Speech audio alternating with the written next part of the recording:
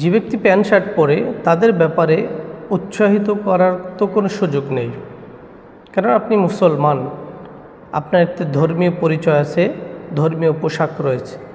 রসুল সাল্লাল্লাহু আলাইহি সাল্লাম জীবনে কখনও প্যান্ট শার্ট পরেন নাই। আল্লাহ রসুল সাল্লাল্লাহু আলাইহি সাল্লাম সবসময় পাঞ্জাবি পায়জামা পরেছেন।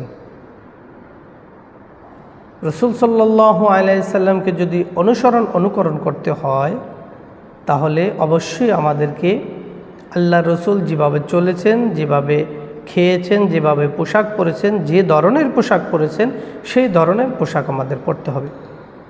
আর আপনি যখন দাড়ি রাখবেন, আপনি সুন্নতি পোশাক অর্থাৎ পাঞ্জাবি পায়জামা আপনি পরলেন, তখন আপনি নিজে যে মুসলমান এই পরিচয়টা আপনি রাখতে সক্ষম হবেন।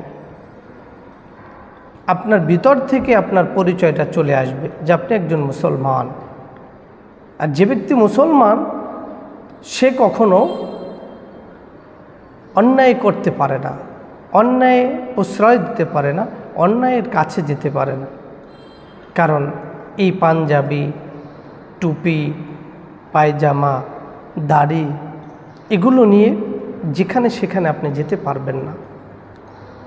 যেমন একটা লোক দাড়ি নাই, টুপি নাই, পাঞ্জাবি পরা নাই, পায়জামা পরা নাই, প্যান্ট শার্ট ক্লিন শেপ, সে চাইলেই এক জায়গায় ঢুকে পড়তে পারে, এক জায়গায় একটা অন্যায় কাজে লিপ্ত হতে পারে, এক জায়গায় দাঁড়িয়ে প্রস্রাব করে দিতে পারে, এক জায়গায় দাঁড়িয়ে ইস্তেঞ্জা করে দিতে পারে।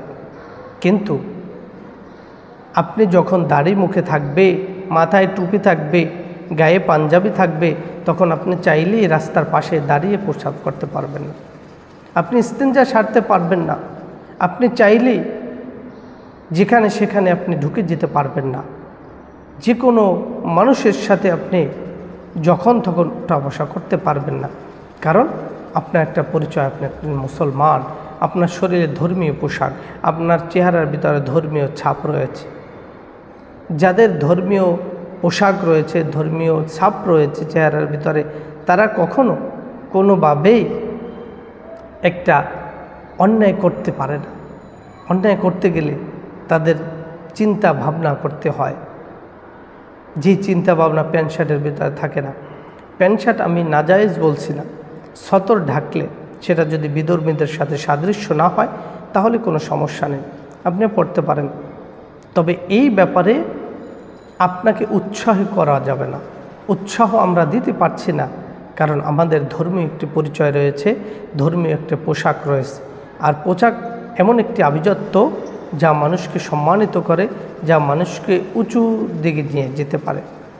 এজন্য যার যত পোশাক সুন্দর, যার যত পোশাক আশাক পরিষ্কার পরিচ্ছন্ন থাকবে, সমাজে মানুষ তাকে তত সম্মান করবে, সম্মান দেখাবে। এটা স্বাভাবিক, কমন বিষয়।